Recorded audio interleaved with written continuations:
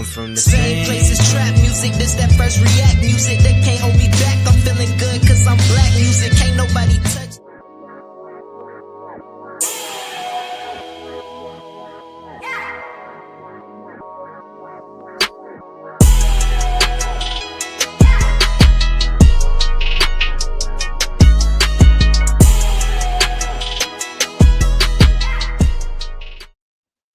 Happy Sunday and welcome back to another episode of Cigar Sundays Live, where we define, examine, and analyze words, sayings, and phrases used in American culture. And tonight we are smoking on gambling.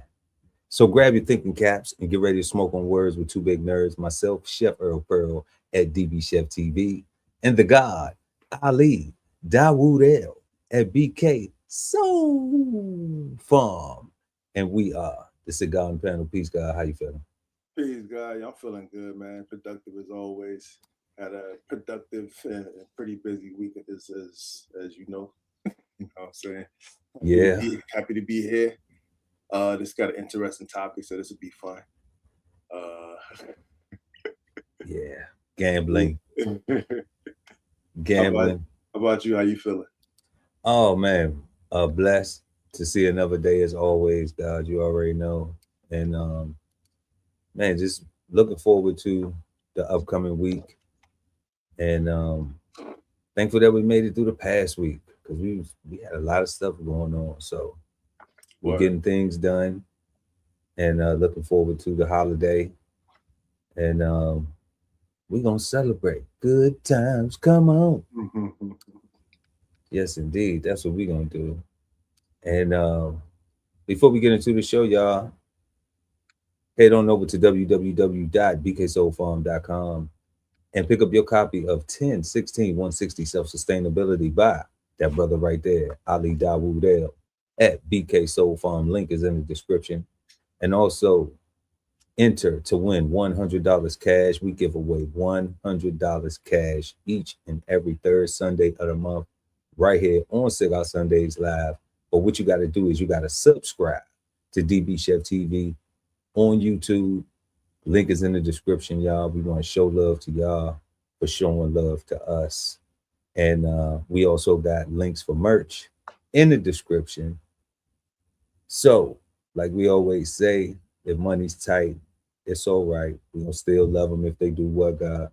Smash that like. Smash that like button. Please, thank you. Sugar on top. All that. Gamble with it. Roll the dice. And let's get into tonight's smoke. Let's get into tonight's smoke, y'all. So we got 5 questions and we are smoking on gambling. First question, what do you think of when you hear the word gambling? 2, is gambling a moral issue, a financial issue, or a personal freedom issue? 3, what are the pros and cons of gambling being normalized in today's culture? 4, should we draw lines between investing, entrepreneurship, and gambling? And then 5th and final, last but never least, is the word gambling bad, good, or misunderstood? And you know what y'all got to do. You got to stick around to the end of the show for the Cigarden Panel to let you know what we think, what our insight is, and whether it's bad, good, or misunderstood. We encourage everybody to, if you following us in the live, in the chat, answer the questions as we go along with it. And we're going to keep you involved in the show, or leave it in the chat below, depending on when you catch the show, if you catch it on the re-air or when it's posted. So let's go ahead and get into our first question. What do you think of when you hear the word gambling? The God, Ali Dawood L at BK Soul Farm. Peace, God. Peace, God. You know, honestly, like gambling is tricky for me, right? Like, so when I first think about it, I only hear uncertainty. I hear risk. Uncertainty, right? Risk, those good words. I hear not enough information, right? There's fear. Right? Fear. When I hear gambling, right? Okay. at the very same time, right behind fear, I also think a scared money don't get no money, right? So you have to take chances. You don't make no money, right? So like it's tough, right? Like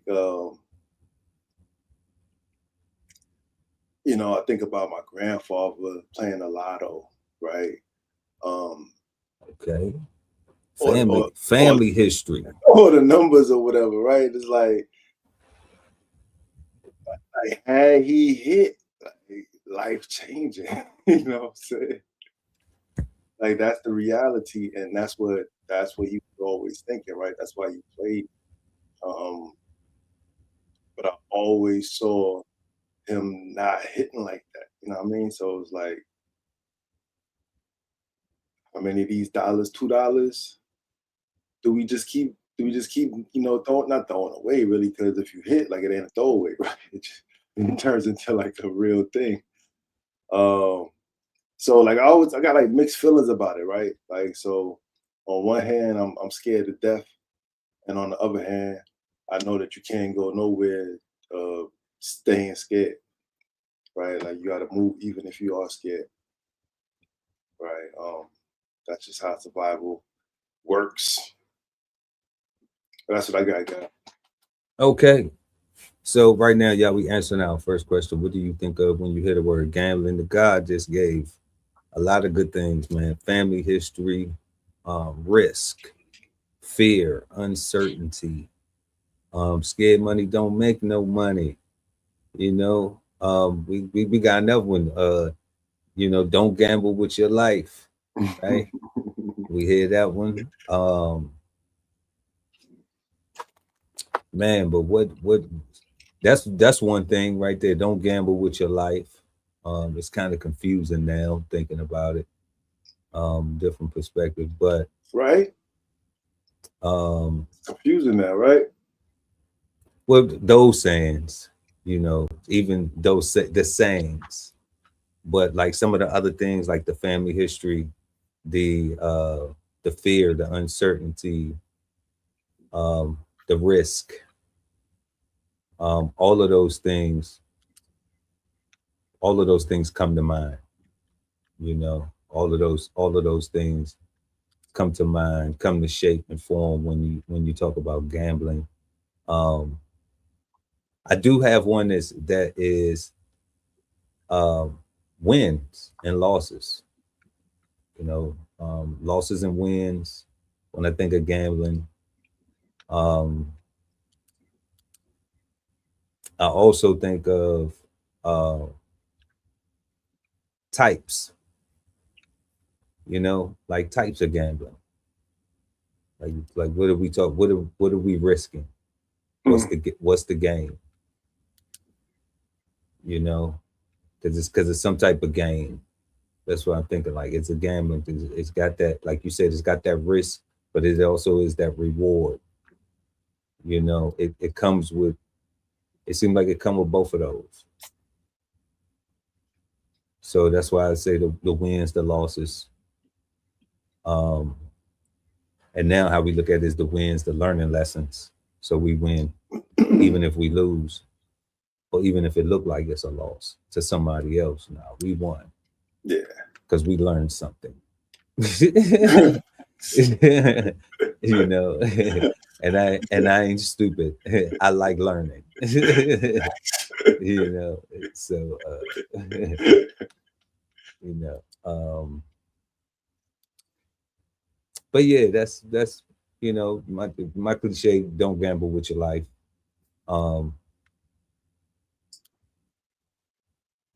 Wins and losses, playing a game, some sort of a game. Yeah, so that's what I think of when I hear it. You know, and the family history stuff as well too. Yeah. You know, the family history stuff as well. So yeah, so y'all let us know what you think of when you hear the word gambling in the chat, or depending on where you're watching this at. Because we're going to go to the definition now and see what gambling actually is. If we even came close, or if any of the things that we have line up with those thoughts, those insights.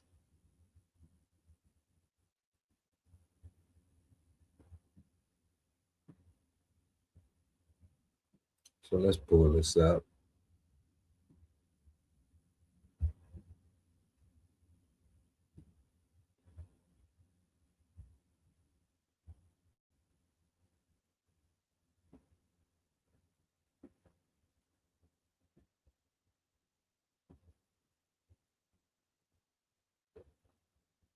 Okay, so we have gambling, and we have a noun. Gambling is a noun, and it is the practice or activity of betting, the practice of risking money or other stakes in a game or bet.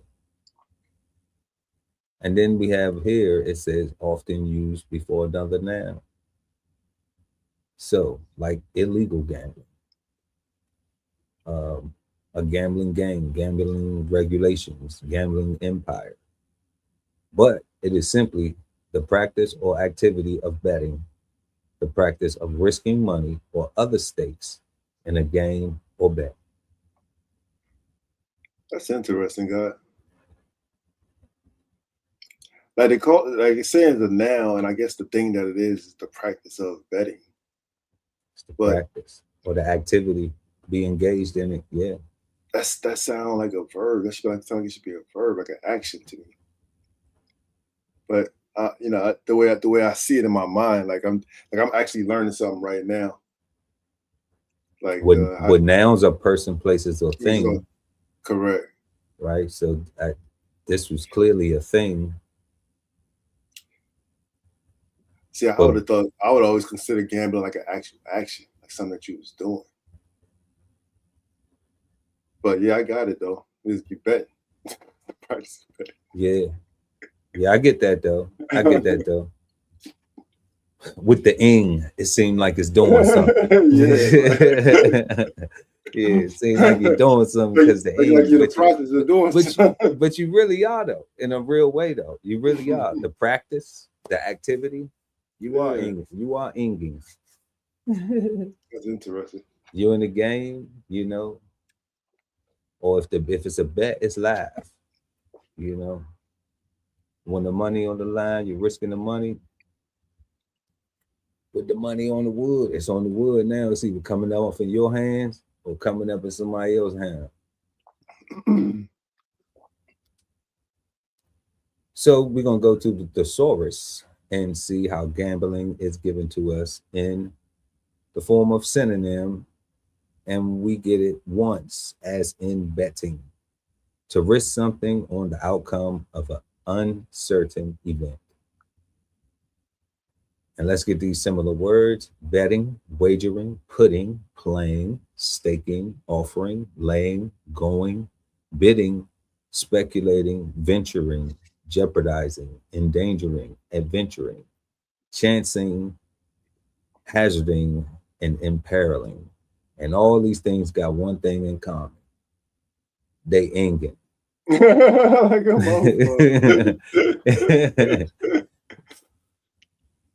They all is inging. That's not proper grammar.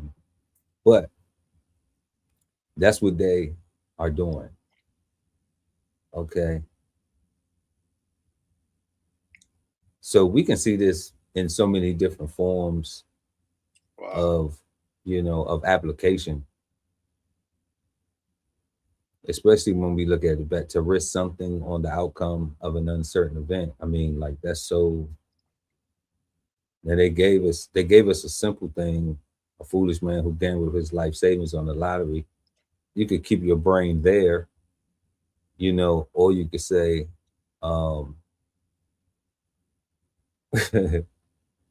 you risked you risked your diploma by not going to class. Yeah. Like I'm looking at these words, God, like they got jeopardizing up here. That only sounds hazardous. Yeah. Endangering and hazarding. Imperiling. I don't know, man. Like I was thinking that investing was gonna be. I mean, even laying is there. It might not be the same laying used in the same context, but I mean, we've said, man, you laying around, you ain't getting no work done, ain't nothing gonna happen for you. That's true.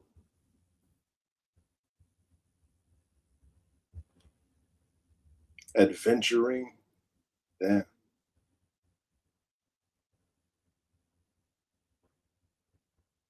Because even going, you know, we might, what if we heard in context, you going to work, but if you ain't doing nothing, you ain't gonna have nowhere to go in a minute. Mm-hmm. Even though going is a part of doing, because you're in the process, but the outcome might be uncertain. Wow. So we definitely know when you place a bet, talking about staking and wagering, playing a game, betting, we know that you don't know what the outcome is going to be of that. Speculating. Speculating.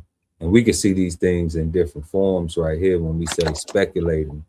Okay, so when it comes to me investing, I say I'm a speculator. Because you think something may do something, but that doesn't mean that all of your information is always correct. That don't mean that it's always going to be accurate. It doesn't mean that things don't change along the way. So if you actually are risking something on it, then you want to watch your investment, because you may not know. It may not turn out the way you want it to, because it's uncertain. It may turn into a gamble. You know, but I think it's already a gamble the whole time, right? yeah. I think it's already a gamble the whole time. Yeah. I've never looked at it like that, like it not being a gamble.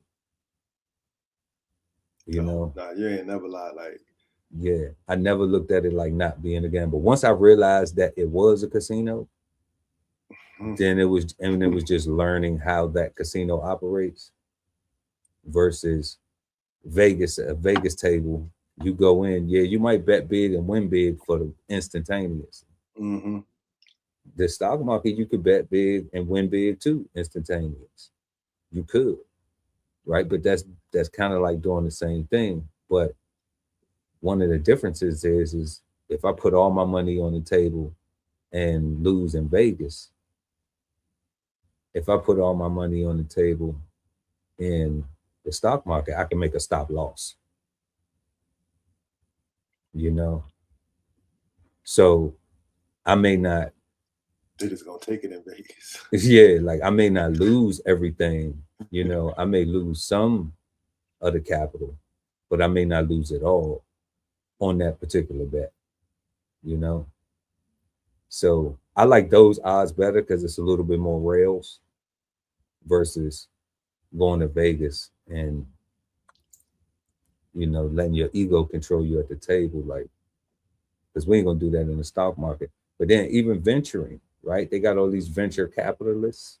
And I was thinking, I was like, so are they, is that a gamble? Like for real?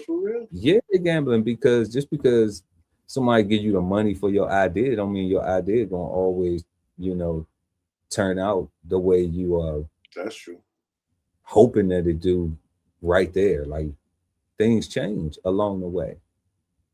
If you could still land that plane when you got the venture capitalists to invest, or the private lending to invest, then yeah, that's great. Everybody's happy. They give you some more money. Somebody will be Happy for what else you got in your brain? What else you got up there?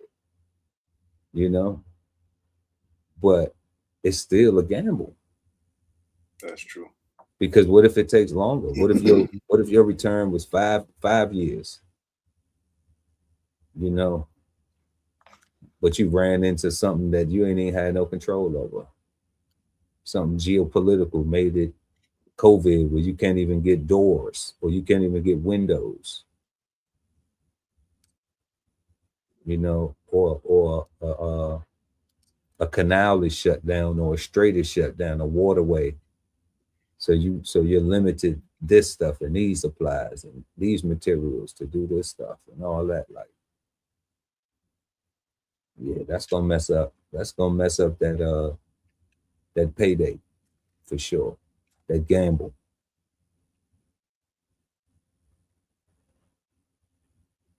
So yeah, I think it's all gambling. I think it's all gambling.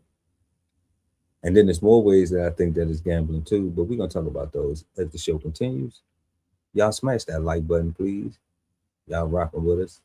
But we have gambling, y'all. We're looking at the definition: the practice or activity of betting, the practice of risking money or other stakes in a game or bet. Okay. So y'all let us know what y'all think about that definition.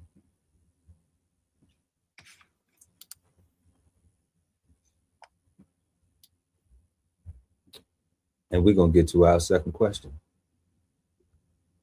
Is gambling a moral issue, a financial issue, or personal freedom?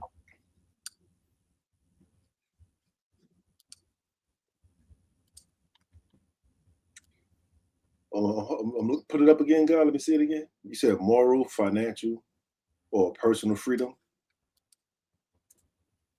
Question number 2. Is gambling a moral issue, a financial issue, or a personal freedom issue?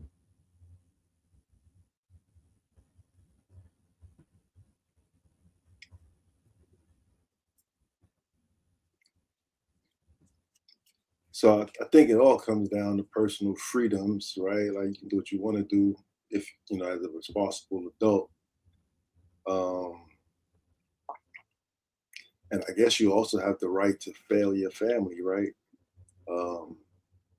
If that's what you choose to do, if your addiction takes over. I don't know. I'm leaning more towards the personal freedoms, because the like morality, yeah, I think that's man-made. Like, I think people pick and choose, and I don't think we have a set morality that we all agree on. For me to say that that's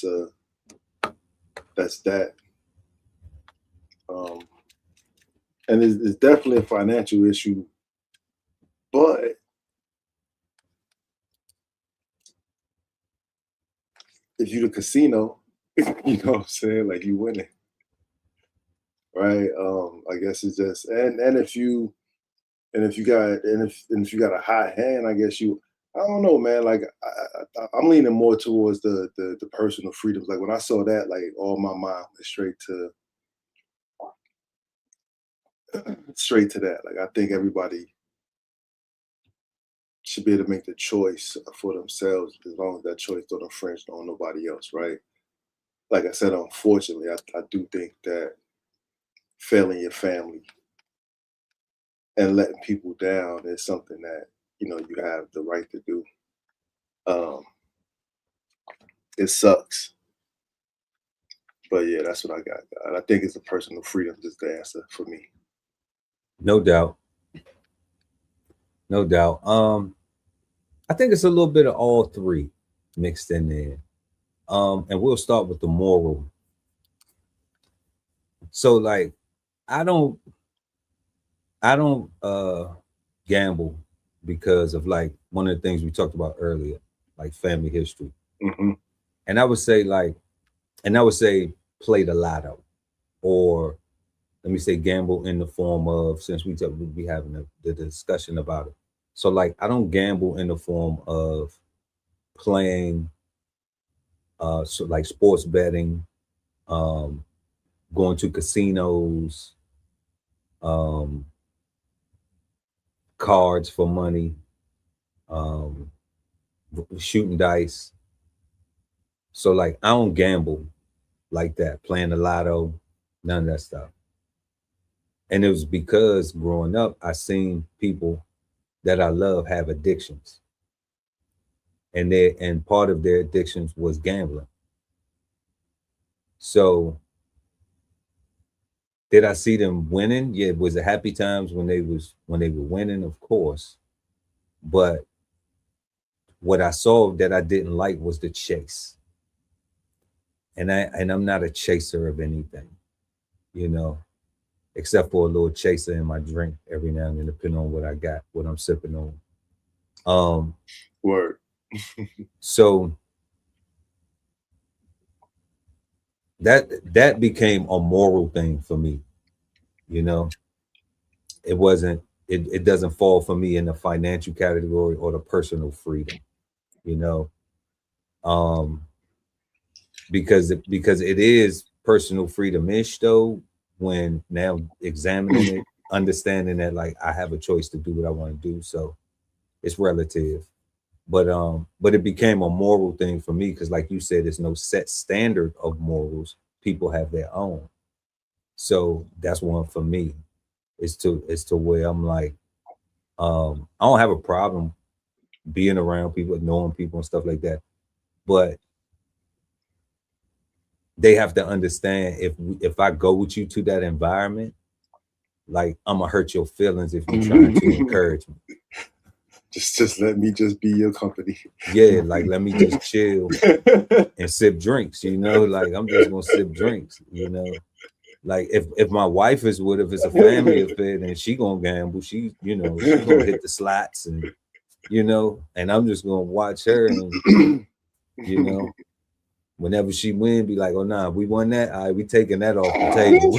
Right. You know what I'm saying? We like we playing with the house money now. Yeah. Here's what we got. You know, so I'm gonna do that, but I'm not gambling. It's not, I don't find any joy in that, you know, like so it became a moral thing to me. Like, you know, like morally, I'm just like, I can't put hope in that form of gambling. Because like we talked about earlier, the loss is instant. You know, it's not even like, it's like game over, start over, start again.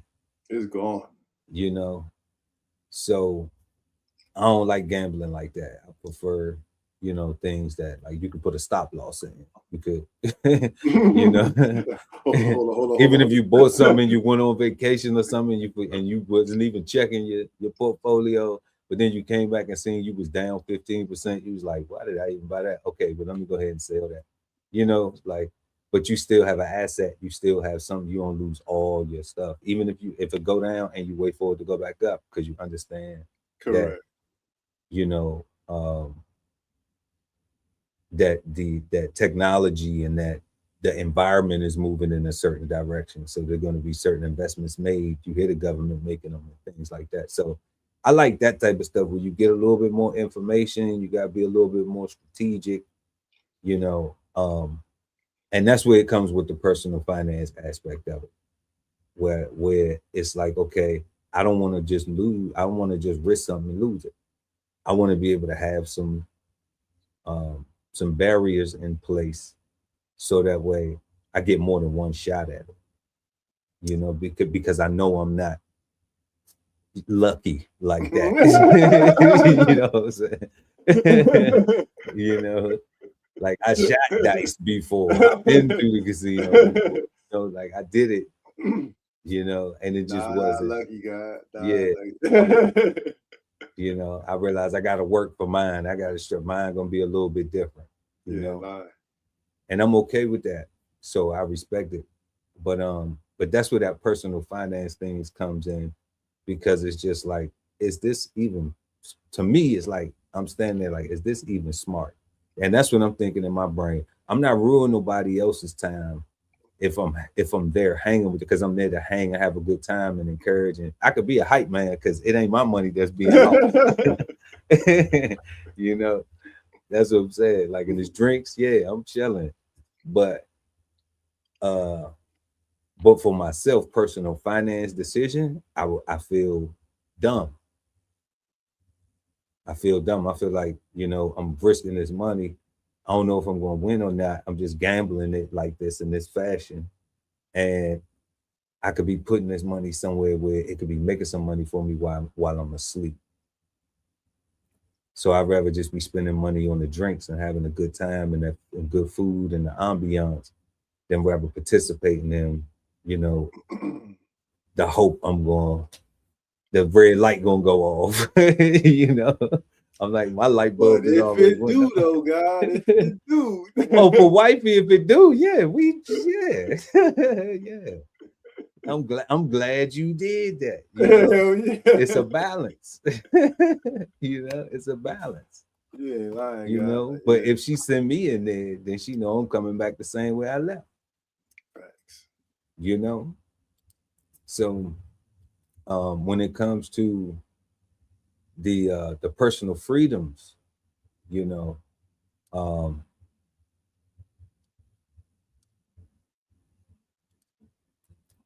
I don't even think that it is a personal freedom. Honestly, I think a lot of people gambling either are addicted to it or they're trying to subsidize some other income.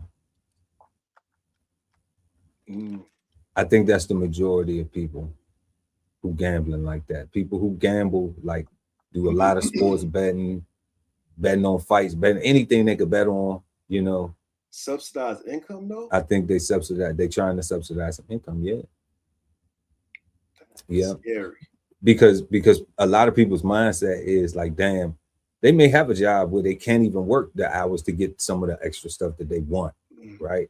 They would actually have to, they have more wants than needs. Their needs probably met, but they got a lot of wants, but they don't make enough money to get the wants.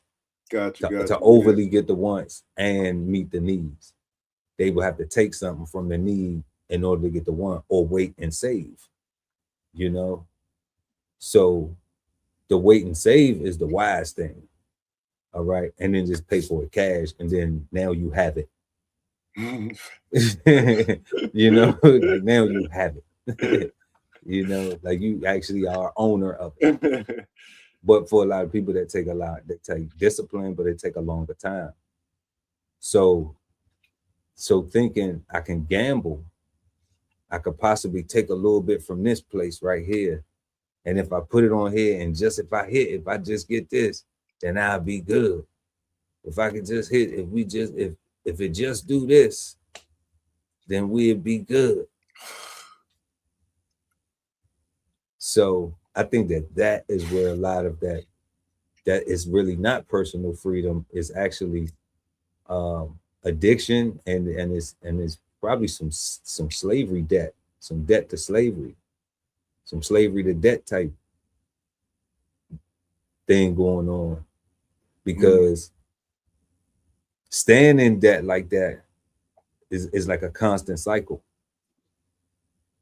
where it's like you learn to use debt in a good way, you know, because it's bad debt and it's good debt. But the good debt is, you know, using some debt to offset, you know, a tax, or, you know, like selling property or borrowing it to invest in something, you know, versus a whole bunch of swiping on my credit card for stuff. You know, because you can't remember what you did, what you got for it. Or you know, all the auto loans and stuff like that. Like any of that stuff where it's like, unless you're going to work and you writing off some fuel and some mileage, or you Ubering, or you starting a car company or stuff like that, you know, like any of those type of things, you know, it's better to make sure you can afford what you have and then just maintain. I see that. But I think that's the personal freedom of that is not there when it comes to a personal finance thing. I think that's not, it's no freedom in that. And that's why we keep seeing people doing it over and over and over and over and over again, because the casinos ain't going out of business, you know. And I know plenty of people that go to the casino and they just be like, man, I ain't know what I was going to do. I just went down to, and some people hit, some people, that was where they were supposed to go. And they received, they got lucky. The red light went off, but watching people go to that lotto line and run numbers up and play, when I started looking at how much money somebody would spend a week, even if I look at what my granddad did, my granddaddy, when he was playing, if I'm looking at just what I knew before I was born, I mean, when I was born, not what my mom and them and her siblings, what they knew prior to me being born. Correct. Okay. I'm looking at what I knew through just for me being born through my teenage years. If that money would have went into something that was, I mean, back then they was giving high interest rates, because that was in the 70s when they had super high interest rates on stuff. I mean, that's when paper could actually get some yield, And I just look at those things, even if it was a paper product and you held that for 30 years, like easy millionaire, easy. Even just buying precious metals, then, easy millionaire in today's dollars, and that was just lotto tickets, that was $300, $400, $500 a night, so you got to think you got to have some money to be able to spend that type of money a day, and gambling, even if you hit a couple times every now and then, so y'all let us know what y'all think. Is gambling a moral, a financial issue, or a personal freedom issue? Let us know what y'all think. Our third question of the night: what are the pros and cons of gambling being normalized in today's culture? What are the pros and cons of gambling being normalized in today's culture? Because today we have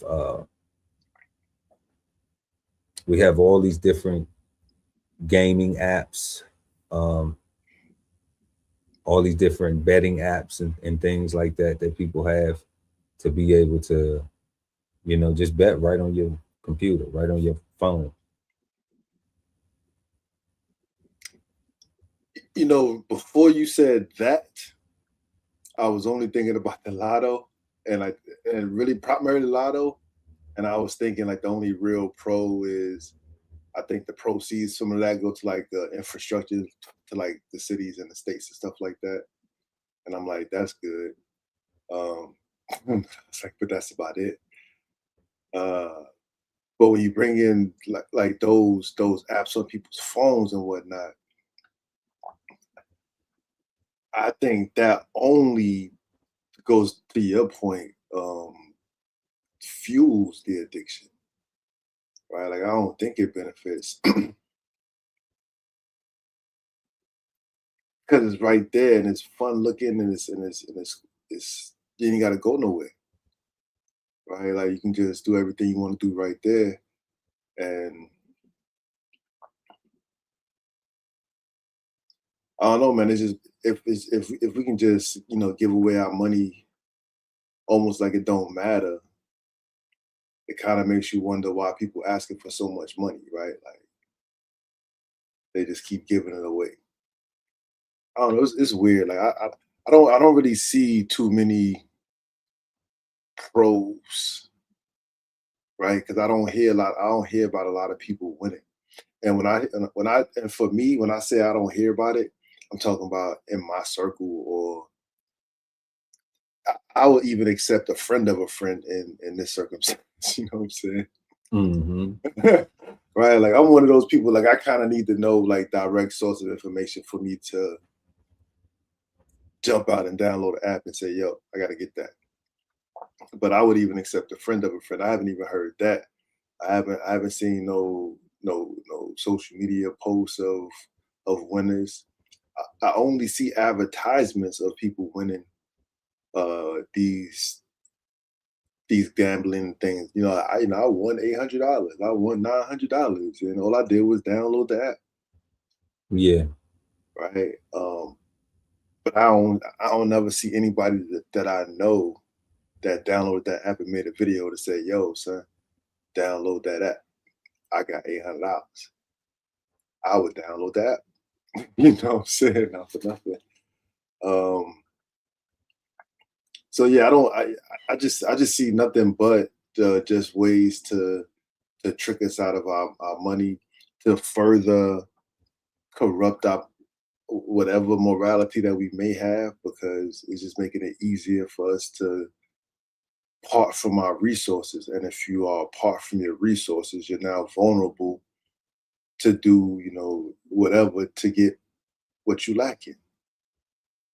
Right? Something strange for some change. And that's risky.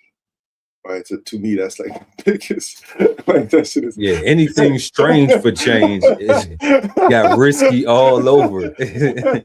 Sound a little bit frisky. You know what I'm saying? Sound like it ain't just risky. Sound like it's gonna get frisky too. God. So yeah, that's what I got, man. I don't see no real benefits, man.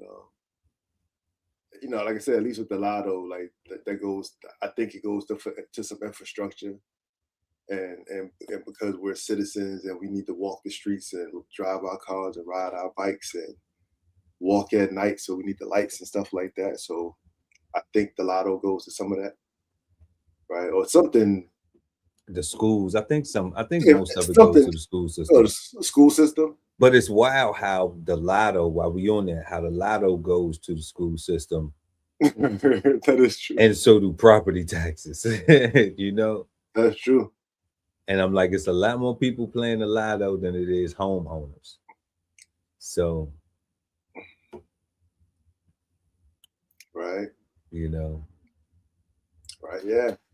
It's a lot more folks playing the lotto than it is, because they trying to hit the lotto so they can stop having to pay rent, or or buy a home cash, because they want the mansion. They when the light go off. So it's more of those folks than it is homeowners. And that's why the lotto generates so much more revenue. But they say it goes to school. So I don't know. I know it's infrastructure, right? So it's something for everybody. It benefits. So it's something that you can justify a little bit. But everything else, I don't know what that to the developer's pocket, I guess. I don't know. It's interesting though. Right now, y'all, we on our third question of the evening. What are the pros and cons of gambling being normalized in today's culture? And we were just discussing that because we see, like the guy was saying, we still had the ticket lines, going to go play the 3-digit, the 4-digit, Keno, the midday, noon, evening. What else they got? They got the Powerball, the Mega Millions. They got all of it, right? Numbers just keep going up. They got Cash for Life. They got Cash for Cash. They got all this stuff, all these games to play. And if that wasn't enough, then we have the apps on the phones that gives you access to sports betting, which was once illegal and now it's just in the palm of your hand. So yes, it does further the cons, and we'll stop. We'll go with the cons first and end on a positive note.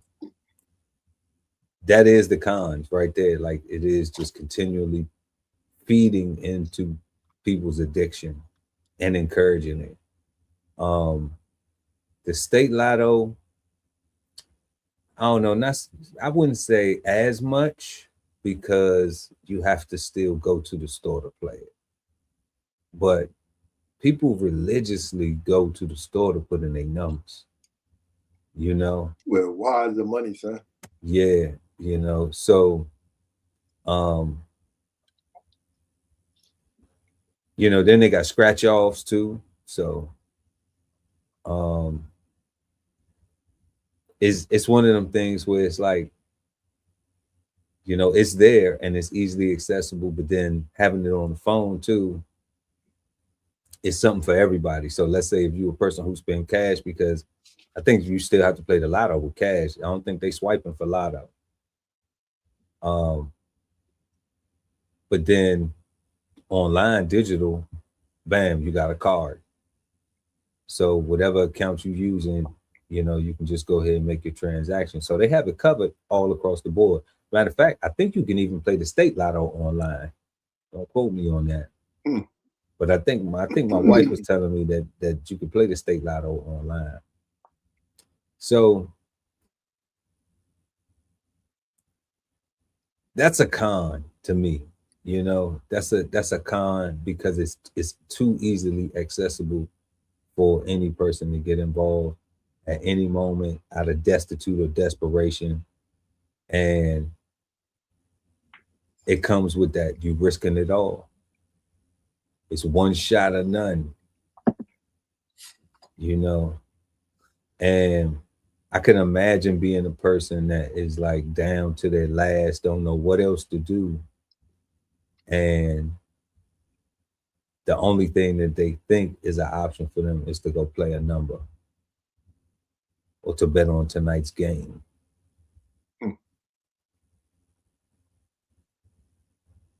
So that element being alive and well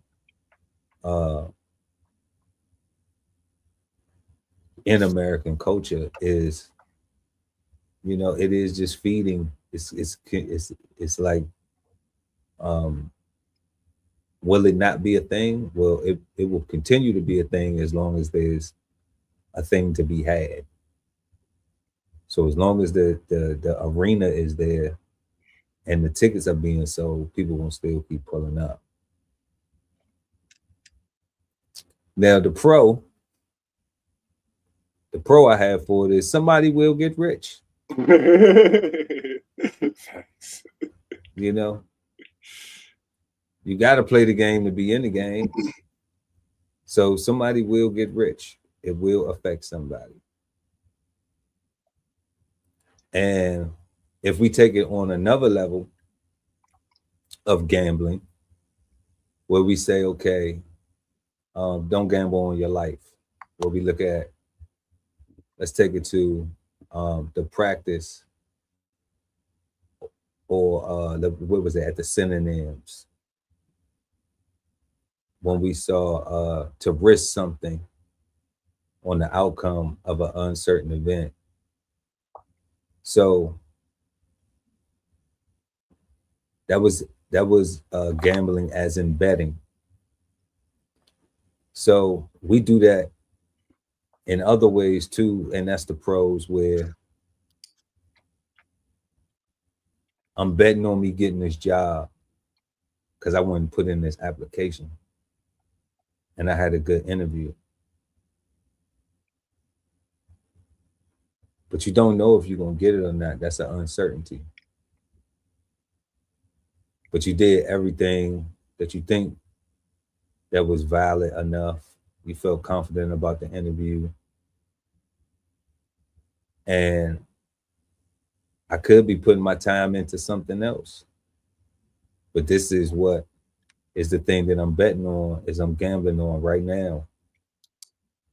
So that way I can get whatever I see as the value in that bet, in that gamble.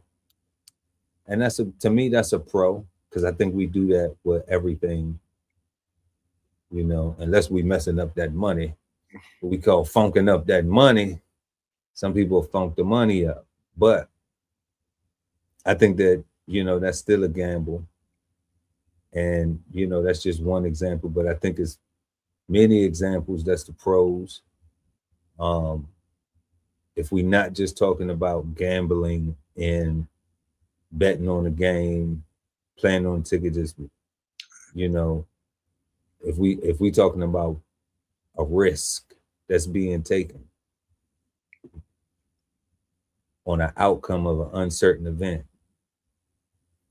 then there's so many other forms of life where we take risks and don't know the outcome of the event. I even use myself when we was talking about getting a job. Well, I joined the Coast Guard, didn't know what the outcome was going to be, took a risk. So I didn't know when I joined that I was going to retire. I didn't know that when I joined because, like, my first tour, I wanted to get out. I didn't. My second tour, I wanted to get out, and I didn't.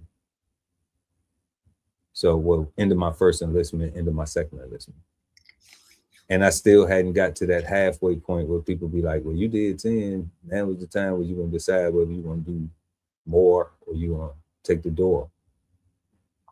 So that's what I'm talking about. Still uncertain. And it was a risk. But I look at it was a pro in that, because if that experience through taking that risk helped me, even if I had gotten out or it ended up the way it did, then even have getting out, I still had all those things that I was able to obtain through that work experience, through that that technical experience, and all of the stuff that came with that, being attached to it, going to go find work somewhere else. So I think that we do that. We take risks in the things that we do in life as well. I even put it on, and that's a pro because you gain something out of it. If you see it like, if the person sees it like that. I think even like if we take a vacation and you have a good time, you risk getting on the plane. You know, you don't know if you're gonna make it. You know, you don't know if you're gonna make it to check into your hotel on time or not. If you're gonna miss that connecting flight, maybe you got a connecting flight. You know, I try to fly one way straight, you know, but maybe you got a connecting flight. It's a risk. It's an uncertainty. You're risking getting on that plane and maybe they delayed, they don't get up off the runway fast enough, and you miss your connecting flight. Uncertain risk, a risk that you did, you know, it was a bet. You know, that's the way I'm seeing, looking at now, knowing the definition of it, and then seeing the synonyms, what is actually correlated to, like if the application, since we understand it now that gambling is the action, the whole interaction, then it's like, okay, well, all that is, aren't we gambling every day? That is making don't gamble with your life real, but it's still like real confusing because you gotta gamble, you gotta do. And a lot of things we don't know until we know it. So the majority of things are uncertain because we're taught everything, even from someone or through our own experience. So to me, that's a pro. But we would have to get off the surface of it. So that's where I'm at with it. Y'all let us know what y'all think in the comment section. Or in the comments below, depending on when you're watching the show. And we're going to move to question number 4. Should we draw lines between investing, entrepreneurship, and gambling? Should we draw lines between investing, entrepreneurship, and gambling? What you think, God? So, in fairness, I think I would need to see the definition of investing. But the way that I understand it, I would liken it to being the same as gambling. Right? So I don't know if there's a difference between those two. But for entrepreneurship, though, however, now that is a gamble, but that's different though, because you're physically working towards something. I don't know. I don't know. Like it's I don't know. Because if you open up a corner store, right, like as an entrepreneur, right, you're a brand new business owner. That corner store might not hit right away, right? Like it might not be in a good location for real, for real. Your prices might be too high. You might not have good lighting. Who knows, right? Like that's still a risk to open up a shop. If you're selling oils or something like that, like here it is, you make it. I guess you investing in yourself though, right? That's your store. That's your store. That's what I'm saying. Like you're investing in your future. You're investing in your business as an entrepreneur, right? And you betting on yourself. But I would also say that I'm gambling on my body too, right? Like you gambling on everything. Gambling on everything. It's like you gambling everything, and you are the person. You are the main person who. Maybe there is no difference. It's going to determine whether or not it's going to be. You got a shot at being successful because, like you said, there can be things like, that many people may not come in like you think they're going to come in the first week or the second week or the third week. It may take 6 months for you just to get the word out, and you may try all types of advertisement things until you find the actual one that works and build up the actual clientele. And in those 6 months, you still got to pay your lights, you still got to pay your rent. You have to have everything. Yeah.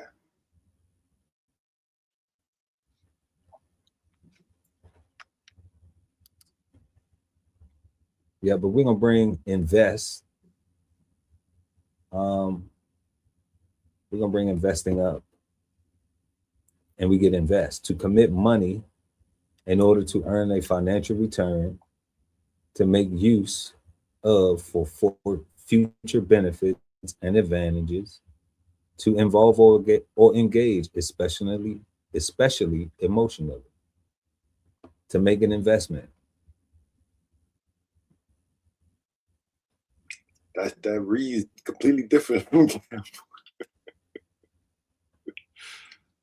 Oh man. All right. So then we got invest as a verb. Array symbols of office of honor, furnish with power, authority, grant someone control over authority, to endow with quality, to clothe, to adorn, envelop, infuse, to vest in. Yeah, so invest has a deeper indication, or a deeper meaning, or a deeper. I mean, the very first one, it says commit. Right, money. Right, in order to earn a financial return. Yeah. But when we bet on something, the work is to earn. Correct. What's happening is going on, and is the earning. So just because I rolled the dice, like once I let them out my hand, now it's earn it or burn it. You know, it's either gonna earn it or it's gonna burn it. Either you're gonna get the financial return, you know, pick up your money, or you not. So how would you draw the line, like between the three of these damn things? That's what we having the convo right now. Because right now you can easily bob and weave in a conversation all three of those things. and they wouldn't be opposed to each other, right? Because, like I said, as an entrepreneur, that is a gamble, right? Like you are taking a chance, you are risking it all, you are invested on yourself, invested in your product, invested your time, like, but that's all a gamble, right? Like that's, I mean, you literally jeopardizing sweat equity or potential sweat equity that you could be putting on somebody's workforce and guaranteeing a 40-hour work week. Absolutely. Right? Maybe even 80 if you're in the military. You're on active duty. You ain't like right? You going 80-12. That's your watch. 80 and 12. 80 hours on, 12 hours off. Right. Better make 4 free ones count.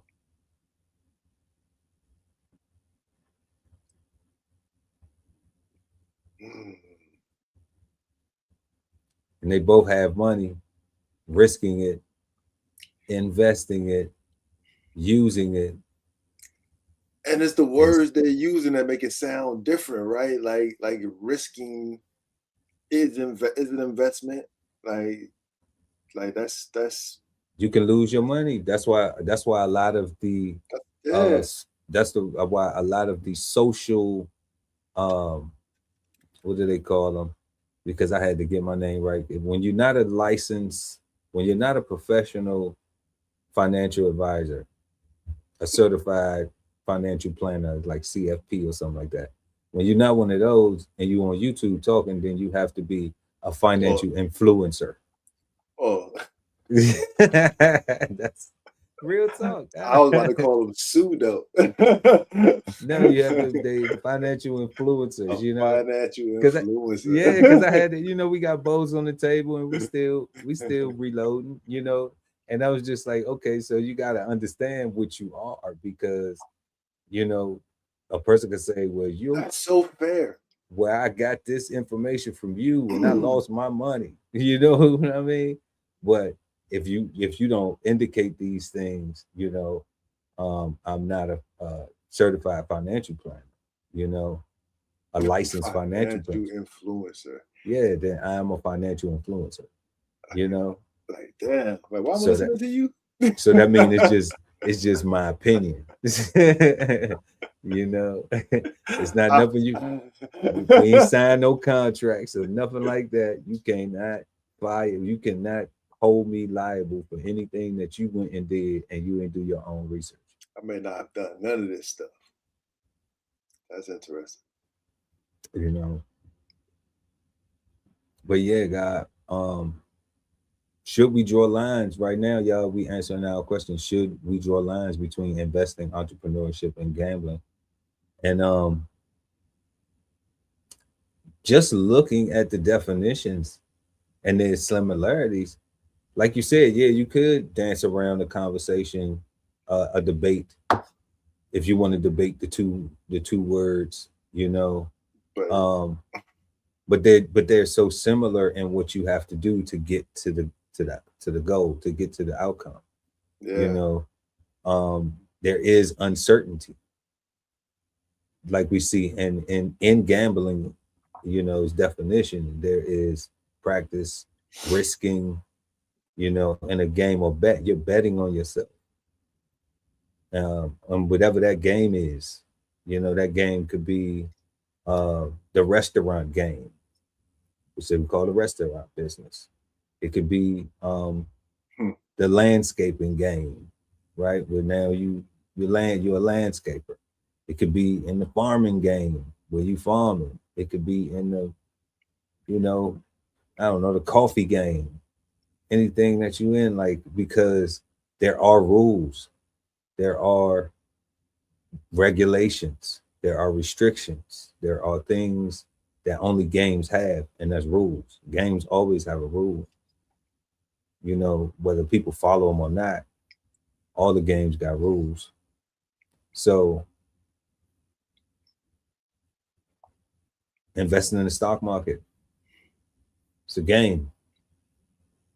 It's got rules. You can't do this. You can't sell this and buy it back within 30 days and stuff like that. You know, you got to wait 30 days before you buy it back. You can't just do this, or you have to wait for this or wait for that, or set these things or do this, you know, when you trading. So everything has rules. It's trading rules, it's purchasing rules, it's, you know, and it's all uncertain. You don't know if you're gonna hit.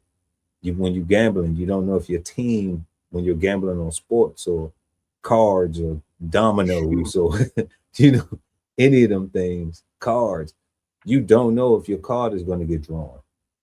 You know, talking about sports, you don't know if your teammates got different, you know, betting plans or whatever, right? They might be throwing the game. You might be betting for them, and they betting against themselves because they already know. Exactly. You know, terrible.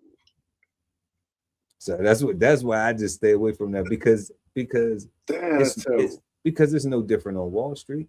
Yeah. It's no different on Wall Street. You know, it just looks different and it sounds different. But I mean, people talk about the IPOs, you know, SpaceX IPO, whatever, and everybody's talking about that hoopla and stuff, but they don't even understand, like, the people who gonna make the money is the people that already own the shares before the IPO. Mm-hmm. All that new money coming in, while everybody coming in, everybody like, oh yeah, I gotta get on the bandwagon.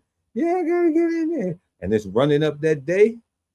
Oh yeah, guess what they looking at? Like, oh wow, yeah, we made about 15, 20 mil. Sale. All of it. Sale. You know, you might have bought yours early in the morning, so you looking like, ooh, I'm going to sleep. You wake up the next day like, what in the world happened? They might hold you for about 2-3 days. Sick. You know? Yep. So I mean, that's just how the game goes. And that's not illegal. But that's how the game goes though. But when we ask, should we draw lines between them? I don't think we really should draw lines between them. I think they're all gambling. I think they're all gambling. I think investing and entrepreneurship is a gamble. How do you know that it's an uncertainty? How do we know people gonna tune in? How we know we're gonna get likes? How we know that we're gonna get subscribers? How do we know that we're gonna get crowd participation in the chat? How do you know?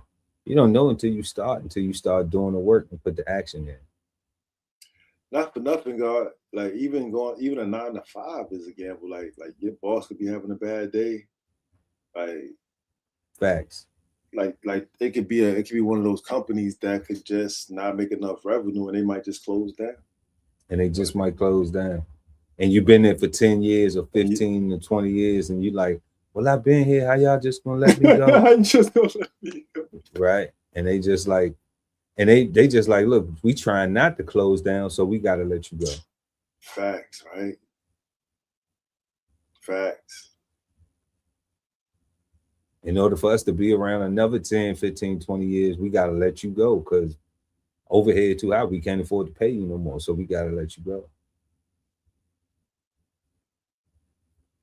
You know, and that was a risk. That, you know, that was an unforeseen risk because person might have got comfortable and not realized, you know, they might not have been privy to the finances. They may have been in another department, not understanding what was going on, you know. So those things happen. It's a gamble. And that's why I was saying, like, I think all of this stuff is a gamble. I think it's all a gamble. When they say don't gamble with your life, that's why I was like, it's confusing. Like, how not? Yeah, for real. Yeah. How not? Like, they're, you know, I could see if they changed it to like, don't gamble certain types of ways with your life, then now we really dropping some jewels. Now we giving some knowledge from some experience that wasn't successful. But here's a gamble you can make. This might be beneficial to you. And if that wasn't a thing, then we wouldn't have got so many people to go into the military, because a lot of people, and I go back to that because that was significantly a gamble. A whole gamble. You put your whole body on the line. You know, so people have to at some point and say, and I'm saying, like, yeah, it didn't turn out the same way for everybody, right? Correct. But it still was positive for everybody in some way, in some form or fashion, whatever they got out of it. So nobody still knew, everybody still was uncertain about the end, about how it's going to end. They were willing to make that risk, to risk themselves, like you just said. So, you know, and everybody who joined the military is always scared as hell. I don't care how tough you is on the first few days. Coming off, yes, I was rock hard. I wasn't scared of nobody. Coming off that bus. You know, coming off that bus. You do not know what your life is about to go through or do or happen. And even if you're not scared, you in shock. You definitely alert as hell. Like, okay, what do I do? What don't I do? Shit, there's so many people yelling.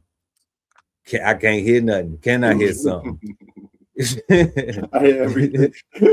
I hear everything. Turn it all off. You know, I'm telling you, it's like that, man. But yeah, God. Y'all let us know what y'all think. Smash that like button if you're rocking with us. Should we draw lines between investing, entrepreneurship, and gambling? Should there be lines? Let us know what you think. Is there a difference? What are your thoughts? What are your insights? Let us know. And we're gonna chop it up with you. Yo, before you move on real quick, God, like, you know, I think this is an important question, because I think that we do, I'm not gonna say naturally, but normally, I think we normalize that there's a difference between investments and entrepreneur and gambling. And even going to work with a 9-to-5, like that's like some people, I can almost hear the argument that that's not a gamble, right? Like, I think people like this is an important question, because I'm saying, like, nah, there's no difference. It's just one straight line through all of them. You know, just because you can bob and weave, you know, you can use them all interchangeably, and everything is a risk. But I do think that society says that we do make a difference. You know, investment is sexy, or it's prettier, it's cleaner. You know, gambling is low lifeable. Like, it's almost criminal. You know, in some places, like entrepreneurship just sounds like, you know, somebody's always going to be struggling or hustling or trying to sell you something. Right? I think people make distinctions, but the reality is it's all the same thing. Like, everybody trying. Yeah. Some form of fashion, everybody trying. Everybody is trying, God. Absolutely. Everybody is trying. And it does all correlate. That's why I'm like, you know, I'm thinking that it don't need a line. Thinking that you know, I'm thinking that the line is a blur to confuse. Yeah. Like you said, to confuse, because of the demonization of gambling, you know, with the lack of explanation, a lack of examination, you know.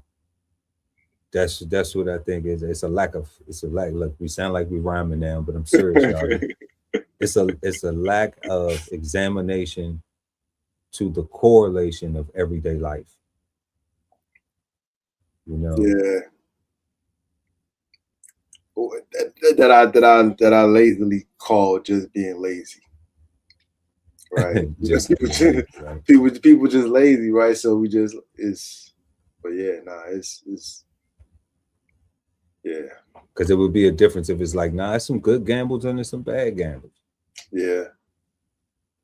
You know, we're not saying don't only gambling people is low life, and you know, then we are saying scammers are low life. No, yeah, you know, definitely that. And thieves, you know, Yeah. And boosters, yeah, yeah, they low lives. You know, and I ain't talking about they wear a lot of polo. I ain't talking about that. You know, not gonna do that. You ain't lying. I hate thieves, bro. You know, but gambling though, like everybody gambles. Even they gambling too. They gambling with their life in a way that. But you ain't live a lot because the casino is, you know, is full of people that are not low lives. No, they're wealthy people. Wealthy people, right? You know, great jobs, great careers. You know, upstanding citizens and doing great things in the community, and everybody is, you know, but it does give that negative stigma, right? So yeah, he's you know, the young gentleman from Brooklyn is all good. You know, he's all good in Vegas until now he's in debt for like $500,000. You know, now the news get a hold of it, and it's like the congressperson or the council member from New York was on a vacation in Vegas, ran up a tab for $500,000 in the casino.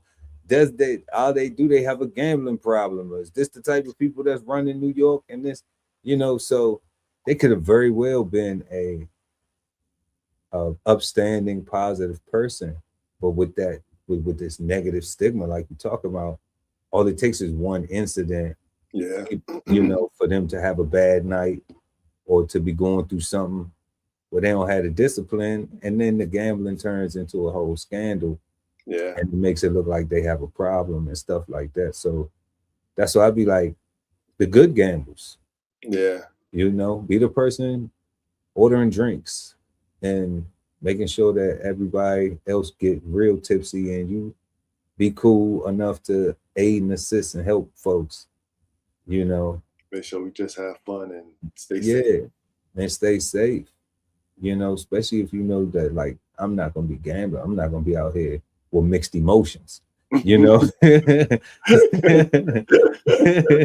you know, people be in the casino, God, they be happy as a mother. You be all partying and cool, then they done lost some money, and then they hanging on your shoulder like, why didn't you stop me? Man, I lost all that money. And why you ain't stop me? It's crazy. Why you ain't stop yourself? I didn't know you was listening to me like that. I didn't know I was in charge. Okay. I thought we was all adults here at the casino doing what we wanted to do. You know, I already told you, I already said what I was gonna do. I'm gonna make sure we get back to the hotel safe. I'm doing that right now. That's all I said. You know. I ain't say I was gonna have 1 or 2 drinks. I'm gonna drink however much I need to drink to make sure that I know I need to get back to the hotel. And I got people too, so I don't want nobody to get hit by a car because they too faded, you know. None of that. So I gotta be on point. I gotta know how much I can drink, what my limit is, what I can handle, and that I'm responsible for what I said. You know, but I wasn't responsible for your bread that you you know, got loose with in the casino. And I seen so many people do it, you know, and regret it. And I'm just like, but you don't feel that way about your portfolio, you know. And if you just came out here to just lose that money, then just why is there not joy in that? You know, because I've been with people too that just like, man, forget that little bit of paper, you know, and then they came back the next day and was gambling twice that much, you know, but they didn't care. They was going to either win it or lose it. They already understood the terms and conditions of the game. Correct. When you bet on this in this way, one hand, one hand is all it takes. But Yeah, y'all, let's jump into tonight's Flavor Bombs. Flavor Bombs, presented to you by DBCHEFTV.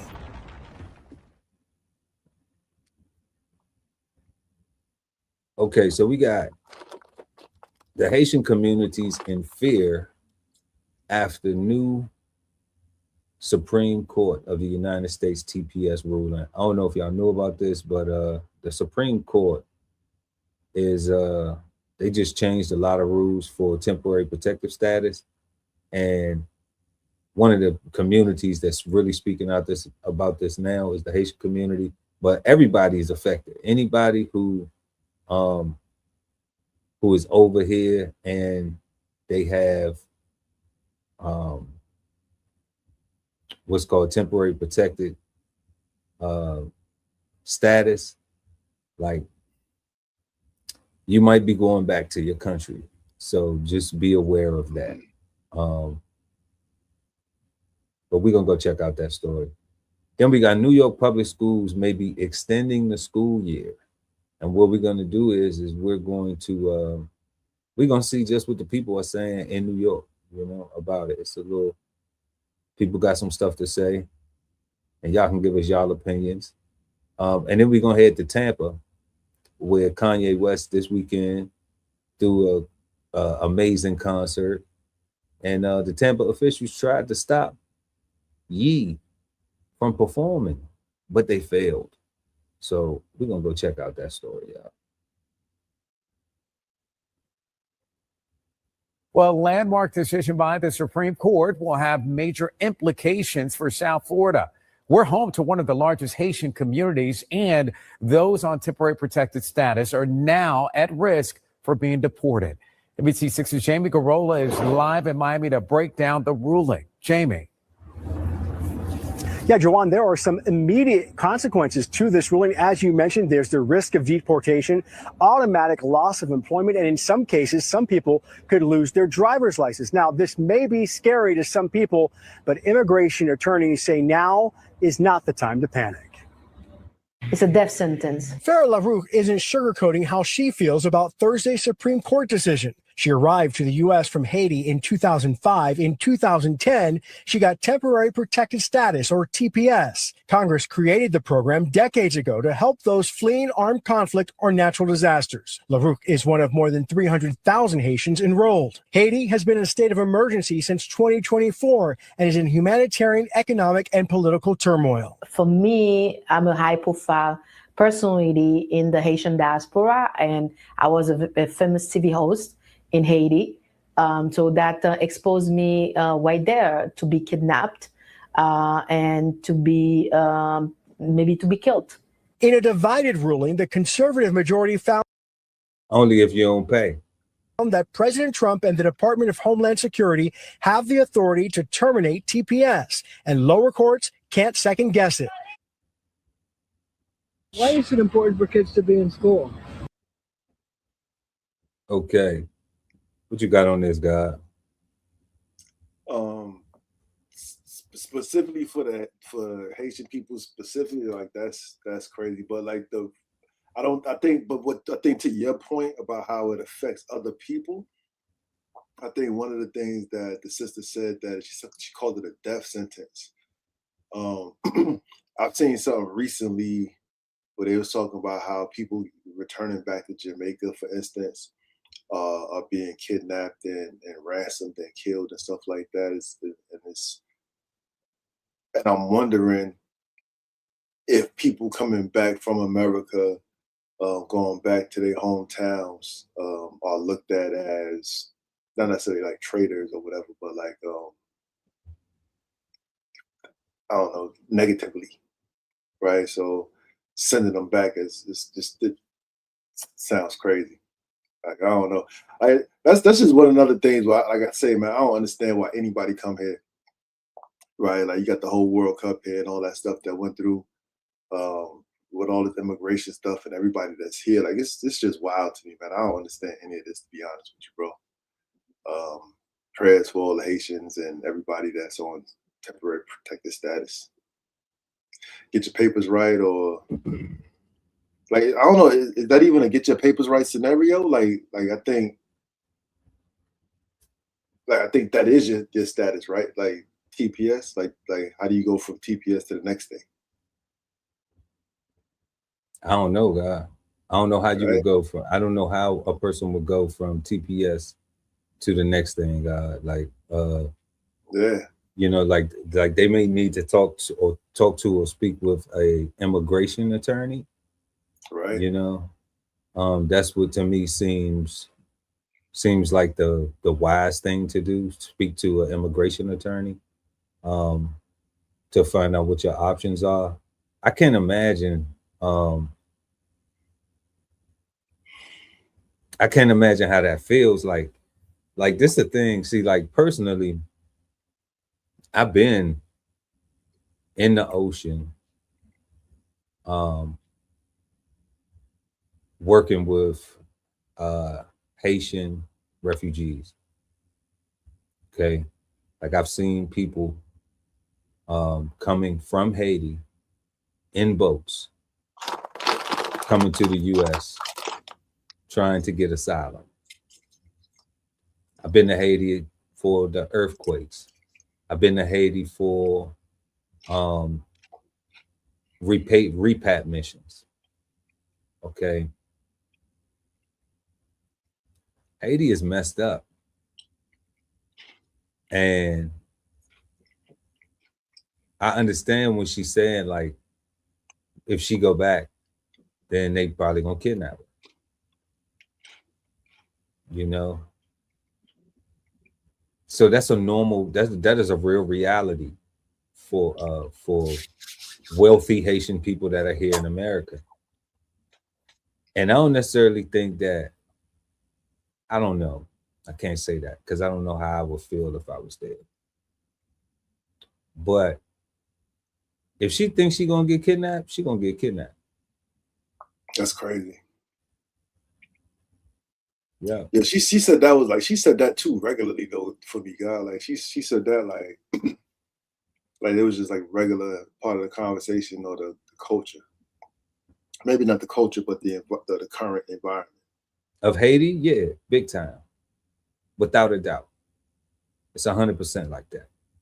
So that's why I'm just like, man, I don't know if she, you know, if how other Haitians feel about that, you know, because all Haitians aren't wealthy.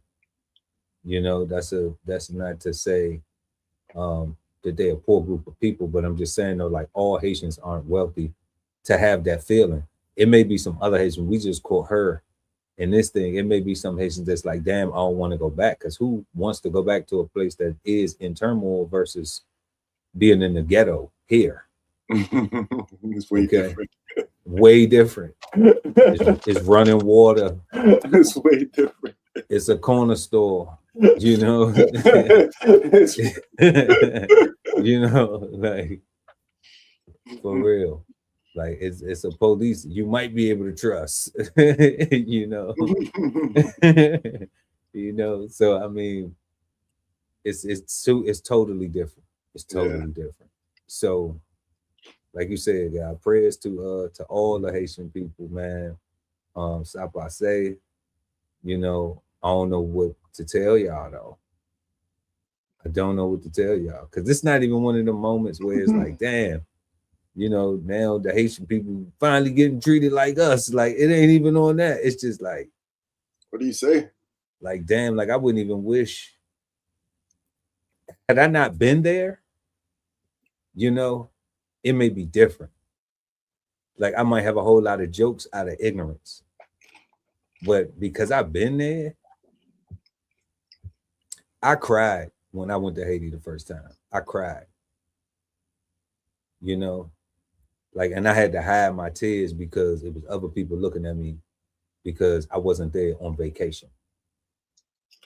So, you know, I can't imagine that. Like I had already been traumatized just for our reason for going there in the first place, for the repat mission. I had already been traumatized through that experience, you know, but like getting there, it just made it even worse. It just made it like, it just was so sad. I just was sad. And like you ain't never had to live like this in your life. Never. Like not even when you was struggling.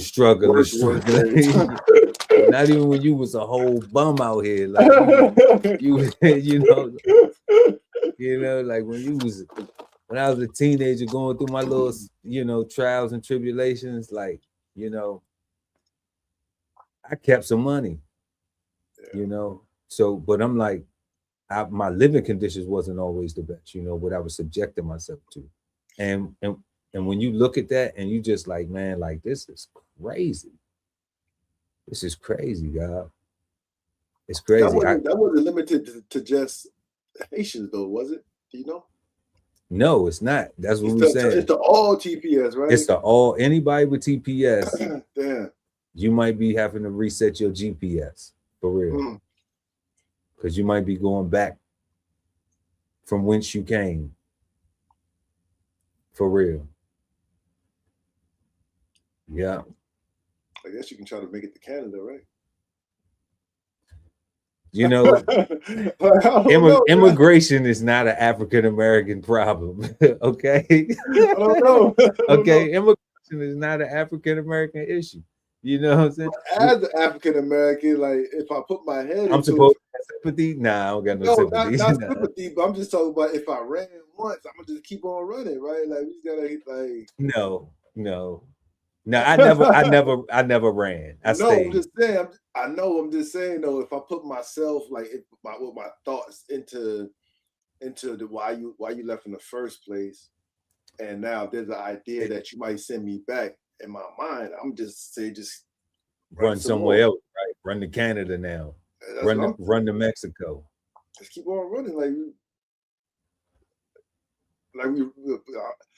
I ain't never left. I ain't never left no place purposefully, so I don't know. Ain't gonna work. I don't know how that works. Like, ain't gonna work, God. Running to Canada ain't gonna work.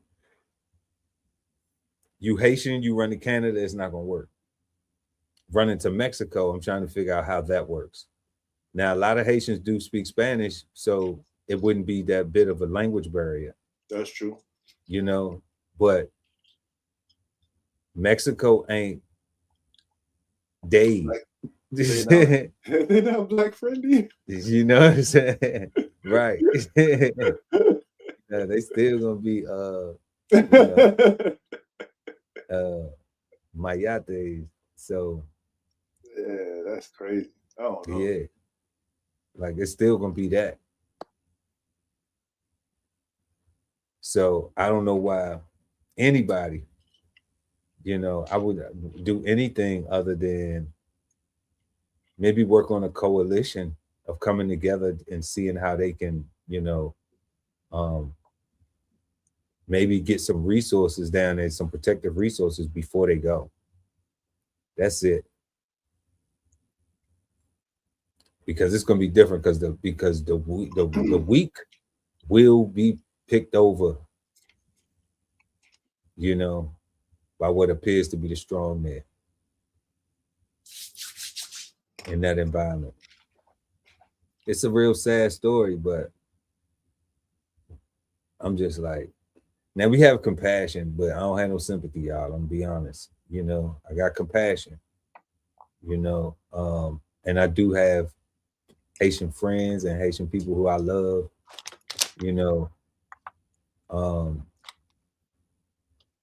That's all facts. But I can hide you for a little bit, you know what I'm saying? But if ICE come to the door, I'm telling you, we're not breaking up my stuff. So like I can hide you for, you can come chill with me. But I'm saying if ICE come knocking on the door, when they come, it's gonna be no resistance, Definitely the wrong complexion to resist. I'm trying to tell you, like you will be taken in custody without incident. Just know that before you come to Pearls. You know what I'm saying? This is a terrible conversation, guys. Yeah, God, like this is crazy. Like, is that real? Because who knows if now with this TPS thing having, like we seen ICE go to the airports to help out. But it's now with this new law, there's now just a resurgence. So it's like, okay, we got a list. Go get them. because they do got a list, because the people are on the status. They got like, they know exactly, like, go get them. So do we see the ice? Is ice about to? Is it about to be a cold summer? You know, is ice about to pop back out? Because they not illegal. They actually registered. Yeah. They on a whole list. Right. They had the TPS. So nope, no more for you, no more for this person, no more for this person, no more for this person, no more. That's it's not even a difficult, it's not even you have to go round up and look for illegals and look for illegal activity. You got addresses because they was trying to do it by the book. Damn.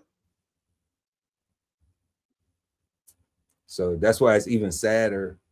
But you know, damn, that's messed up. You know, so people have to realize, like it's about to be a lot of housing that's empty. This is America, son. It's America. It's about to be a lot of houses empty, right? For real. A lot of housing is empty. A lot of less people spending money. You know, we about to see a whole economy change and everything because of all of these people. Now, if we get the order to deport all these people, and by the way, because we pointed this out on Brunch with the Fellas with Cold Season, this law, this bill that was finally pushed through, or this challenge, initially was put in motion by President Barack Obama. Hey. Under his leadership, he wanted to end TPS. Okay. Then the Trump administration in their first term, they struggled with it because his first term was just like get out of here. You know, like get out of here, you know. And then the Biden administration abandoned it. They just said, no, we don't want to do that. And that's why we saw so many people come over during the Biden administration, because they was just like, forget all the immigration rules. We don't want to touch it. Open borders. Trump came in, and then he readopted this bill along with other stuff, and Supreme Court is rocking with it. So that's the history of it. Y'all can go check that. It ain't no salt on Obama name. He got a museum that's open now in Chicago. Y'all should go check it out. I think it's a nice place. It's like a whole little cultural center. But yeah, that's what he did. You know, so I think all of those Latinos and Hispanics and Asian people and Haitian folks and all non-African Americans, all right, but y'all colored because y'all minorities, all right. I think all y'all should. Yeah, colored. You know what's funny about that? Not like ha funny, but like I'm listening to so many of these continental Africans, comedians talk about how the N-word, they get called that here, and it has no relevance for them. It has no historical impact. So they don't take no offense or no nothing. They just laugh. It just, you know, it's just a word. But they are 100% colored in this scenario, son. 100%. They 100% colored. Like damn. Yeah, that's why I'm laughing at it. But that's because I know that we've been, you know, like that. They don't care about us. You know, they always say, you win. They just say we don't care. We don't care with y'all. We don't care about y'all. You know, it was legal. It was legal. We don't care. We don't care. We don't care. We don't care. We do not care. So nobody stood up and said anything about that, about the injustices of that for Black people in America. Nobody stood up saying, you know, like, how could a country do this? How could a country do that to Black people? And they built this and they did this and they went through all of these traumas and dramas and look at the residual effects and none of that, right? Nobody from the Asian community, they talking about, if you don't shop with us, then you won't get your TVs, your Nikes, and your, you know what I'm saying? Like, they not rocking with your Siva, you know? So like, you know, you know, a lot of the Latin community get more chocolate than me and you. I'm no black. I know black, Poppy. You know what I'm saying? So you're gonna get that. You're gonna get, so I mean, now what? Now what? You hate me. But what about when somebody hates you? Right? I'm not supposed to laugh at it too and act like I don't see nothing, act like I don't hear nothing, and only do what benefit me when it benefit for me? Because there's more people doing that than saying, hey, you know what? I apologize. I was wrong. Blah, blah, blah. Let's work out thing out. Blah, blah, blah. Ain't nobody doing that. So the commander-in-chief said, y'all got to go. So guess what? We don't have to go yet. So far, the only place we can go is to jail. We don't have to get right. And the only place they really trying to get us in is jail. And I've managed to figure out self-discipline to not gamble with that. You know? Man. So, so at the end of the day, it's just like, it's sad. It is a very sad. We laughing, but that's to keep from crying. But we got so many other things that if we wasn't laughing about, we could be crying about. Yeah. And really, I really don't have any words. Like, I have no idea what to say to offer at all, God. Like, that's such a... Okay. Yeah. For sure, God. Yep. So let's go ahead and jump into this other one real quick. Boom. We right here. Why is it important for kids to be in school? Well, they need to socialize. They need to learn. To get an education, to learn about each other, learn about our wonderful city, our wonderful country. They can learn academics, executive functioning skills, socio-emotional learning. It keeps them out of trouble. Social emotional learning. Keep them educated. Helps their parents when they work. Right now, as it is, they have no structure.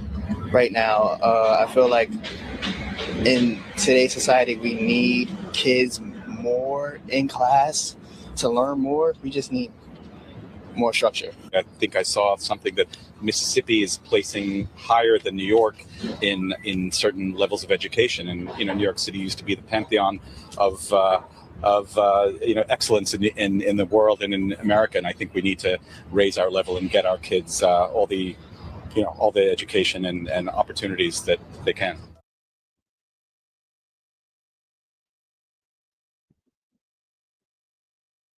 Okay, God, what you think? Keep the babies in school, listening to them adults. Nobody has a plan. Nobody has a cohesive thought. The brother, how insulting was the brother to say that he compared people in Mississippi getting higher test scores than people in New York, as if people in Mississippi are supposed to be less intelligent. You know what I'm saying? You peeped that? Like, you peeped that?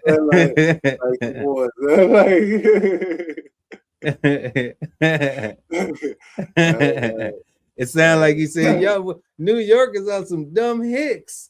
That's what he tried to say. Some dumb hicks. That it was so racist what that man was saying. I was like, wow, won't he just say it? Just say it. And the one lady that was rambling off and rattling off things, she threw in social emotional learning, and that's when I realized she was just talking, just to be talking, because that's not even defined or explained. They don't even teach social studies. So that's a whole course that's supposed to do a thing that it doesn't do. Right? Like we talk about that later. But nobody offered anything, and I'm saying, like, since those are the adults, at least if those are the example of the adults that surrounded them, then them babies are in trouble, and they need to stay in school and get more education that deals with things that can benefit them, to make them articulate the things that they need in society. Right? Those adults couldn't even articulate, financial skills, how to cook, how to clean house, how to build things, like actually how to how to be AI proof, right? Like my thought process is if you're gonna keep my son in school longer, I'm thinking I'm doing this to make him, AI proof, to get him to where, he'll be able to have a skill to where, it'll at least take AI another 20 years to put him out of work kind of thing, right? But they was no doubt. It need to be something like that. It need to be something like that. And they're in good spirits, but in the days leading up to this concert, public officials and politicians were calling for the shows this weekend to be canceled because of past comments made by West. Kanye West is a man with no shortage of controversy. It's not political. This is not about right versus left. As I said earlier, it's right versus wrong. And a man with no shortage of fans. Kanye, we outside, man. We rock with you, bro. And we lit it. Let's do it. It just shows his fandom. It's as expected. Like, he's back. He really is. You can't get rid of this man. West, now known as Ye, kicked off the first of 2 Tampa concerts Friday night. While fans welcomed his visit, I specifically want to hear All the Lights live. If I hear them trumpets come in, I'll be set. I can go home. Critics condemned past anti-Semitic comments, with thousands signing a change.org petition for the Tampa Sports Authority to cancel the concerts. I know many of you are simply looking forward to a night of music with your friends. Loving an artist's creativity doesn't make you an anti-Semite, but I implore you to consider the unique power that you hold in this moment. Now, the contract for the event explicitly states the shows cannot be canceled for prior or past public statements. And so, Friday night, fans who say they are separating a polarizing artist from his art got their show. Yes, they did. They got their show. That's what I'm saying, God. Perfect example of how morality is man-made, and I can't really trust it because all those people showed up for real, God. Like, that place was packed. Super packed. And the city was like, no, morality. I don't think it was the city. I think it was a few people from a certain community that was like, we gonna try and shut it down, but they couldn't shut it down though. You know, way too many people out there. They had paid their money. They wanted to see Ye. Good on him. They wanted to see Ye, but definitely, God, on all those topics, man, we had the young lady from Haiti, the Haitians having to go back. That is a horrible thing. Yeah. To all of them. And then we had the school system and everything, like you were saying, God, if they're gonna be in school longer, then there should be things that could benefit them better than what the people who had been to school could offer up in the question being asked. Like crazy. Like, we need the baby smarter than those people, clearly. That's what I'm saying. And shout out to Kanye West, man, doing this thing. Yeah, man, like, Kanye is entertaining, and that's what he's gonna do. So you've just been Flavor Bomb, and now back to our show. Yeah, y'all. So if y'all just joined us, please smash that like button. We are at our 5th and final question of the evening. We have been smoking on gambling.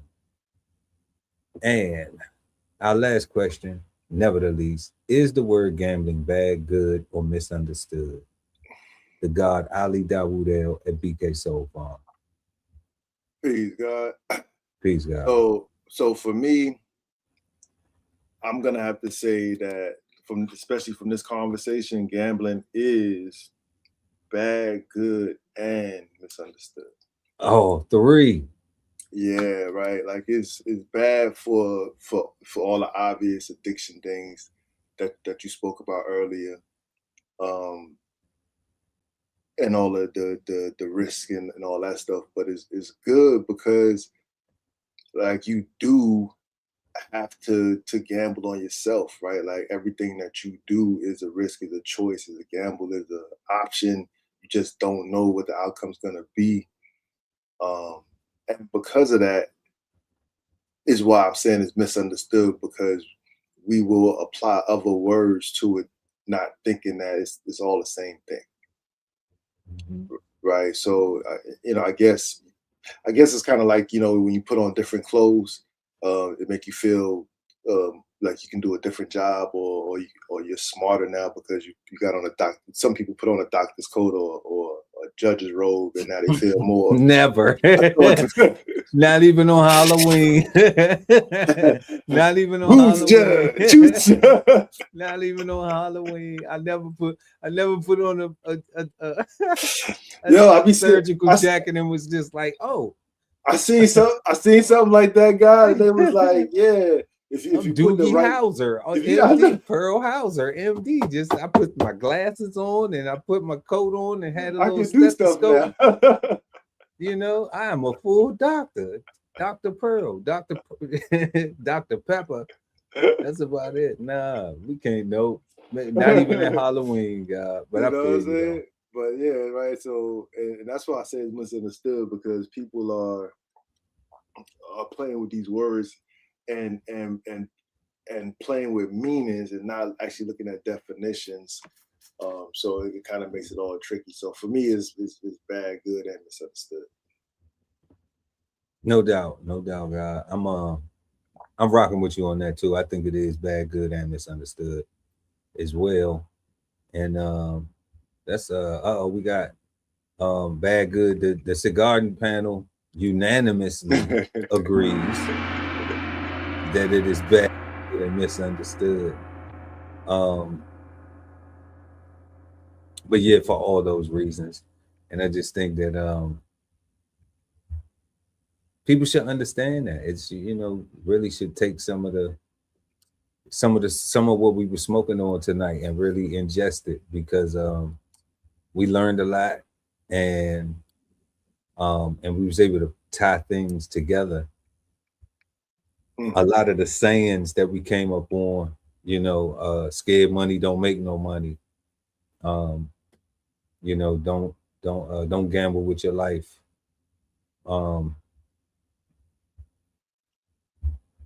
Those type of things like that all involved a gamble, all involve risk, all involve uncertainty, fear. What were some of the other things we got in that?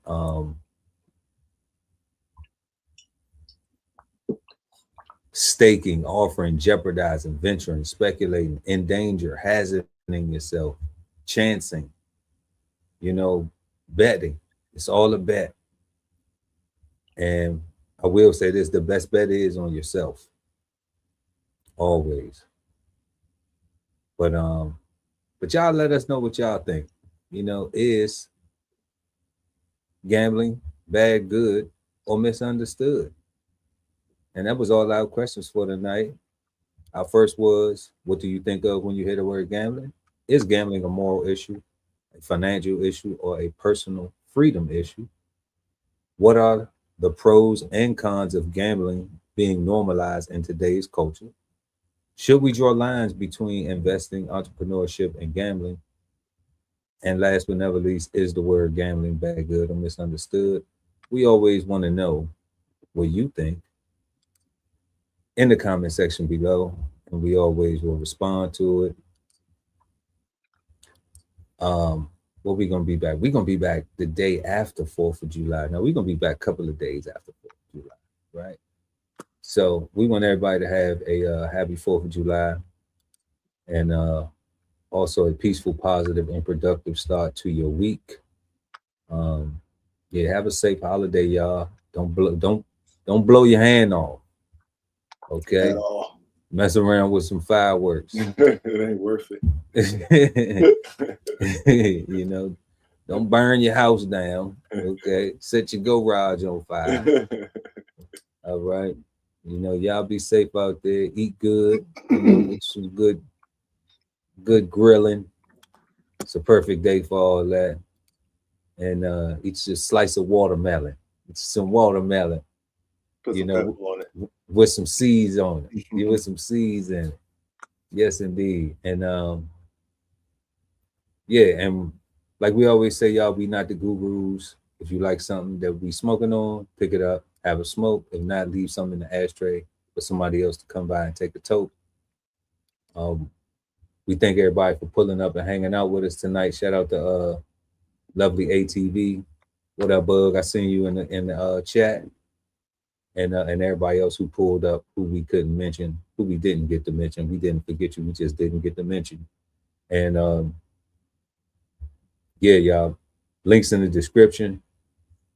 We'll see y'all next time. Chef or Pearl at DBCHEFTV, BK Soul Farm, the guy Ali Dawood. Links is in the description, merch, all that, y'all. Smash that like button. Until next time, peace, God. Peace, God. This whole publication is all about going from nowhere to somewhere, right? Being able to stand on something so that you can travel in peace, right? So bksoulfarm.com, 1016, 160 self-sustainability. Jump on the list and get yourself together, right? Because it is irresponsible to not even know what responsibility means. So get yourself together, food, clothing, and shelter, protection of that, support your interests, and live. Love ain't always easy, and we won't stop until we get it right. So bring that ass to the Love Speak podcast. Subscribe today and let your love speak at TLS Podcast. The Love Speak, now streaming on YouTube. If it's Friday night and you don't have a date, then brunch with the fellas is your spot, so don't be late. We go up at 9 p.m. with the trending topic news. Smash the like, comment, subscribe, and share the content. Don't be rude at Brunch Fellas, now streaming on YouTube. You are the key to your financial freedom, so unlock your inner wealth with financial fundamentals at Bows on the Table. Subscribe today and never miss a meal at Bows Podcast. Bows on the Table, now streaming on YouTube. At the Veteran Kettle Podcast, we thank you for your service, support, and sacrifice to our country. Listen to real stories of adversity and triumph as we give our best to honor our vets. Subscribe today and watch episodes now streaming on YouTube at TVK Podcast, The Veteran Kettle. Sign up for the newsletter and shop merch and clothing at DBCHEFTV.com.